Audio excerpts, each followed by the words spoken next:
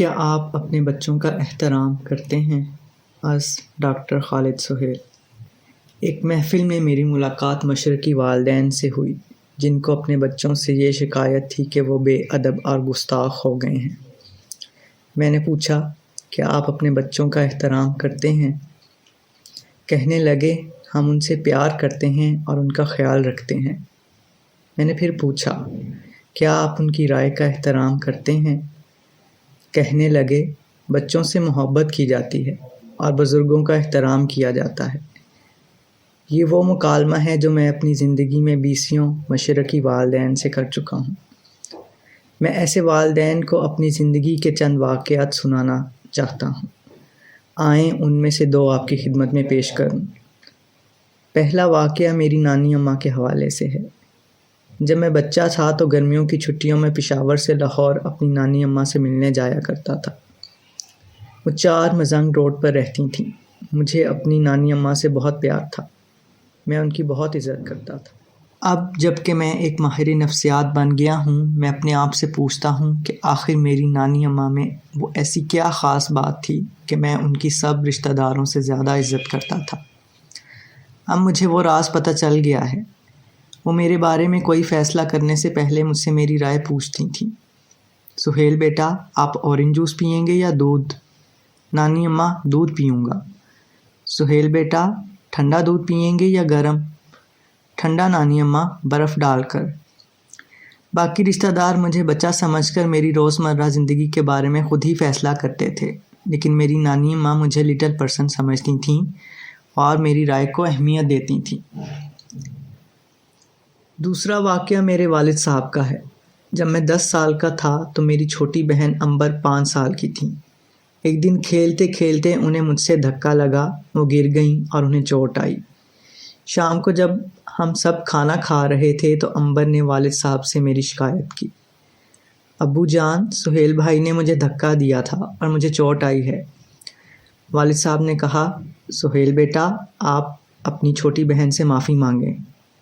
زندگی میں پہلی بار میری انا آڑے آئی۔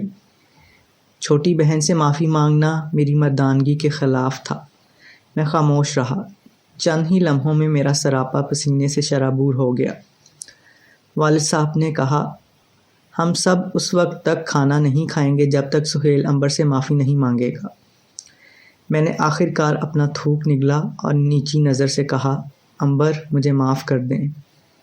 میں سمجھا طوفان گزر چکا تھا، لیکن ایسا نہ تھا۔ والد صاحب نے امبر سے پوچھا، کیا آپ نے سہیل بھائی کو معاف کر دیا ہے؟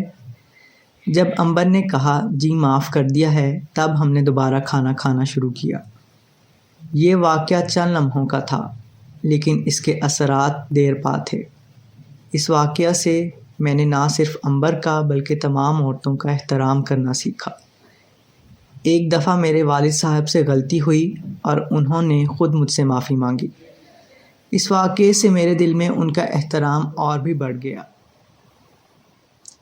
جب آپ بچوں کا احترام کرتے ہیں تو پھر وہ نہ صرف آپ کا بلکہ محبت کرنے والی اتھارٹی کا احترام کرنا سیکھتے ہیں۔ پھر وہ اسکول میں اساتذہ کا، کالج میں پروفیسروں کا اور زندگی میں قانون کا احترام کرتے ہیں۔ والدین اور اساتذہ بچوں کی 2 طرح سے تربیت کر سکتے ہیں، محبت، پیار اور احترام سے، یا غصہ، رعب اور خوف سے۔ جو بچے والدین سے خوف زدہ رہتے ہیں وہ بڑے ہو کر نفسیاتی مسائل کا شکار ہوتے ہیں اور ڈاکٹر یا ماہر نفسیات سے بھی ملتے ڈرتے ہیں، کیونکہ وہ اپنے والدین کی طرح ان سے بھی خوف زدہ رہتے ہیں۔ میرے والد کہا کرتے تھے کہ اختلاف رائے اور دشمنی میں بہت فرق ہے۔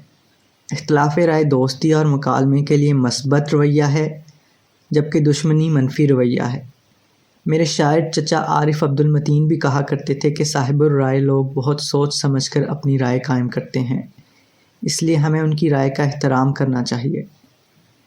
میں نے اپنی زندگی کے تجربے، مشاہدے، مطالعے اور تجزیے سے یہ سیکھا ہے کہ اگر ہم چاہتے ہیں کہ دوسرے لوگ ہماری رائے کا احترام کریں تو ہمیں دوسرے لوگوں کی رائے کا بھی احترام کرنا سیکھنا چاہیے۔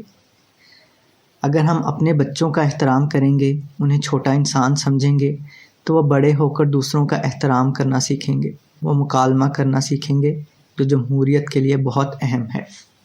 ارسطو کہا کرتے تھے کہ انسان کے درمیان دو طرح کے رشتے ہوتے ہیں۔ ایک رشتہ آقا اور غلام کا ہے جو آمریت میں پایا جاتا ہے، اور دوسرا رشتہ دوستی کا ہے جو آزاد منش لوگوں اور جمہوریت میں پایا جاتا ہے۔ ارسطو کا مشورہ تھا کہ ہمیں اپنے بچوں کو گھروں اور اسکولوں میں یہ سکھانا چاہیے کہ ہم چاہے کس رنگ، نسل، مذہب یا زبان سے تعلق رکھتے ہوں، ہم سب انسان ہونے کے سبب برابر ہیں اور ایک دوسرے کے دوست بن سکتے ہیں۔ ایسے بچے بڑے ہو کر جمہوری نظام قائم کر سکتے ہیں۔